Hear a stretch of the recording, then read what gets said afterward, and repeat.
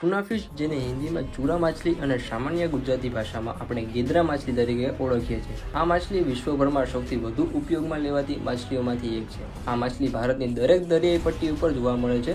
વિશ્વભરમાં આ માછલીની કુલ 10થી વધારે પ્રજાતિ જોવા મળે છે, જેમાં સૌથી વધુ કિંમત બ્લુફિન ટૂનાની છે. આ માછલીનો રંગ ઘેરો ભૂરો હોય છે અને ખોરાકમાં તેનું માંસ નરમ હોય છે.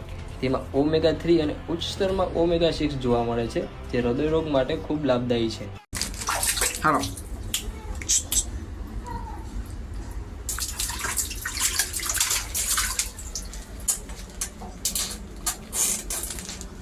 હાલો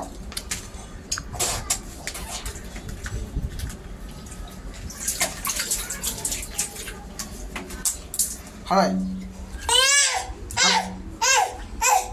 હાલો હાલો દી